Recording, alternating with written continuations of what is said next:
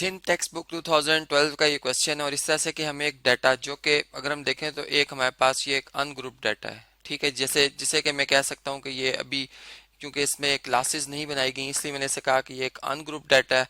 और दूसरी बात यह कि चूंकि इसको एक सीक्वेंस में लिखा हुआ है तो इसलिए मैं इसे जो है वो सेकेंडरी डाटा के तौर पर सिलेक्ट करूंगा यहाँ पर। ठीक है, तो ये एक अनग्रुप डाटा है। अब हमने क्या करना होगा जी, हमने ये करना है कि इस डाटा को जो इसमें क्लासेस बनाई जाती हैं, ग्रुप्स बनाए जाते हैं बेसिकली।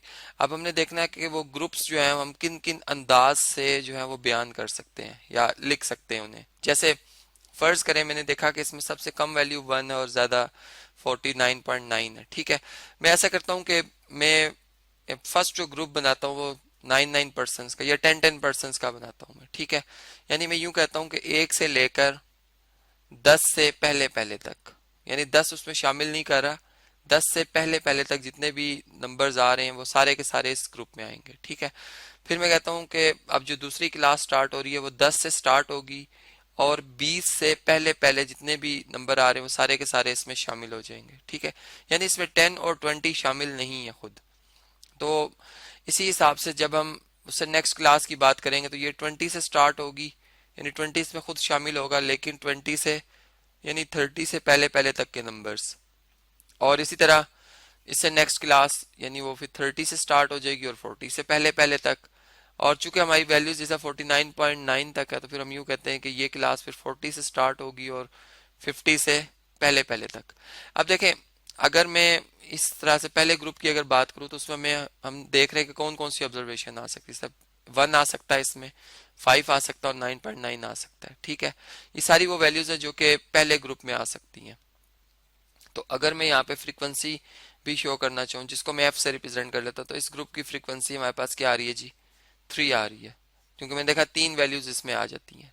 अब इसी बात को मैं एक और अंदाज में बयान कर सकता हूँ। मैं ऐसे कहूँ कि जो हमारी ये यानी यहाँ पर मैंने जो है बेसिकली क्लास बाउंड्रीज का एक तरह से आपको कंसेप्ट दिया, यानी मैंने कंटिन्यूटी इसमें शो की है। देखें आप कहीं पे आपको इसमें गैप नहीं नजर आएगा, ये कंटिन्यूटी है इसमें। ठीक है, तो जहाँ पे क्लासेस में हमें कंटिन्यूटी नजर आएगी उसे हम क्लास बाउंड्रीज कहेंगे।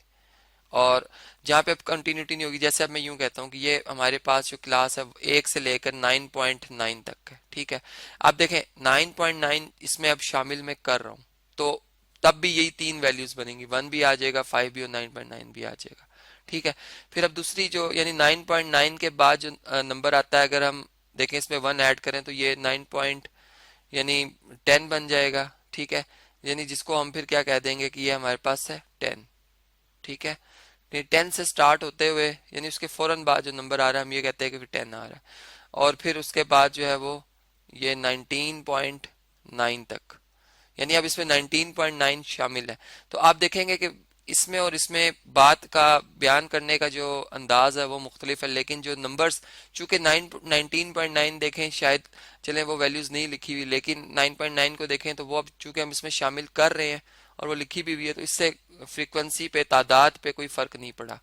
यानी वो जो एक हमने जो क्लास की तादाद बनाई थी दोनों अंदाज से उसकी तादाद पे कोई फर्क नहीं पड़ा, लेकिन हमारी बात बयान करने का जो तरीका है वो बदल रहा है। ठीक है, तो इसी तरह अगर हम फर्ज करें इसी बात को फिर इससे आगे अगर हम चलते हैं तो हम लिखेंगे 20 से लेकर 29.9 तक।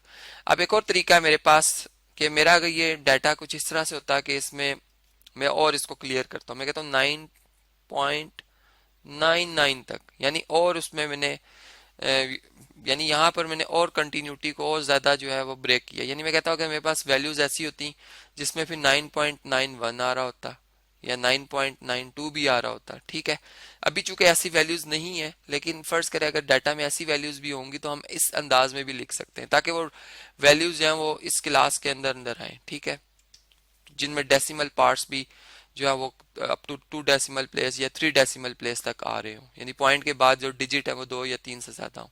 इसी तरह फिर जो नेक्स्ट ग्रुप स्टार्ट होगा वो 10 से ही स्टार्ट होगा और फिर 19.99 तक, यानी आप देख सकते हैं कि इसमें भी अभी भी 20 शामिल नहीं है। फिर 20 से लेकर 29.999 तक। ठीक है, इसी तरह फिर आप ये बाकी जो है बना लेंगे ग्रुप्स। अब जो तीसरा मेरे पास वे है, बल्कि फोर्थ वे है, जो फोर्थ वे है वो ये होगा कि मैं कहूँ कि 1 और साथ ही एंड का सिंबल है, चले इसे मैं एंड लिख ही देता हूं, एंड अंडर 10। यानी इसका मतलब भी यही आ रहा है कि 10 नहीं, 10 से नीचे नीचे, 10 से कम कम। इसी तरह 10, फिर हम कहेंगे एंड अंडर 20, तो इसका भी मतलब आएगा 19.99 तक। फिर इसी तरह 20 एंड अंडर 30। तो ये मेरे पास जो है वो 3-4 वेज थे। ऐसा और भी डिफरेंट वेज हैं, हम डाटा को देख के ही वो जो है तरीका अख्तियार करते हैं कि कैसे हम अपनी क्लासेस को जो है वो रिप्रेजेंट कर सकते हैं।